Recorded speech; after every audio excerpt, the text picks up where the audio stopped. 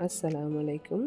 இன்றைக்கி வீட்டில் எப்படி ஹெர்பல் ஷாம்பு செய்யலாங்கிறது தான் ஒரு விலாகாக நான் போட்டிருக்கேன். இது வந்து என்னென்னா ஷியாக்கா, இது வந்து ஒரு 3-4 டேஸ்க்கு முன்னாடியே மிக்சியில் போட்டு லைட்டாக கிரைண்ட் பண்ணி தண்ணியை ஊற்றி ஊற வச்சுருந்தேன். அதை நல்லா கையை வச்சு பிசைஞ்சு எடுத்துக்கலாம். நெக்ஸ்ட்டு வந்து இது வந்து சோப் நட்ஸு, பூந்திக்காயின்னு சொல்லுவோம். இதை வந்து நல்லா இதுவும் அதே மாதிரி ஒரு 3-4 டேஸாக ஊற வச்சுருந்தேன். நல்லா 1 வீக்குக்கு ஊறினா இன்னும் நல்ல நுர வரும். நல்லா பிசைஞ்சு எடுக்கிறதுக்கு நல்லாயிருக்கும். நம்ம புளி கரைச்சல் எப்படி பனைவோம் அந்த மாதிரி நல்லா சாஃப்டாக பிசைஞ்சு எடுத்துக்கோங்க. அது எல்லாம் அந்த சக்கையை இன்னொரு டைமும் நம்ம வந்து ஷாம்பு செய்கிறதுக்கு யூஸ் பண்ணிக்கலாம். அதனால் அதை வந்து தூர போட்டுறாதீங்க. எவ்வளோ நுர வந்திருக்கு பாருங்கள். இப்போ வந்து ஒரு துணி எடுத்திருக்கேன், காட்டன் துணி.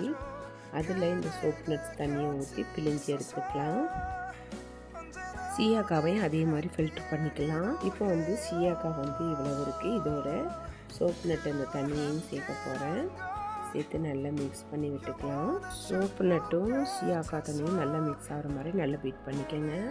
இப்போ வந்து ஒரு 50 கிராம் அளவுக்கு பாதாம் பிசினை ஊற வச்சுருந்தேன். அதை நல்லா மிக்சியில் சோப் நட்ஸ் தண்ணியை ஊற்றி நல்லா ஃபைனாக அரைச்சி எடுத்துருந்தேன். அது வந்து நல்லா கட்டியாக இருக்கணும். அது எதுக்கு சேர்க்குறோன்னா, இந்த ஷாம்பு வந்து நல்லா கட்டியாகணுங்கிறதுக்காக வேண்டி அது சேர்த்துருக்கோம். நீங்கள் எவ்வளோ இது சேர்க்குறீங்களோ அந்த அளவுக்கு நல்லா ஷாம்பு திக்காகவும். பாதாம் பிசினையும் சேர்த்துட்டு நல்லா மிக்ஸ் பண்ணி விட்டுக்கலாம். இப்போ பாருங்கள், ஓரளவு கெட்டியாகிடுச்சு. நம்ம ஹோம்மேட் ஷாம்புன்னா அந்த அளவுக்கு கெட்டியும் இருக்காது, அந்த அளவுக்கு நுரையும் வராது, மீடியமாக தான் இருக்கும்.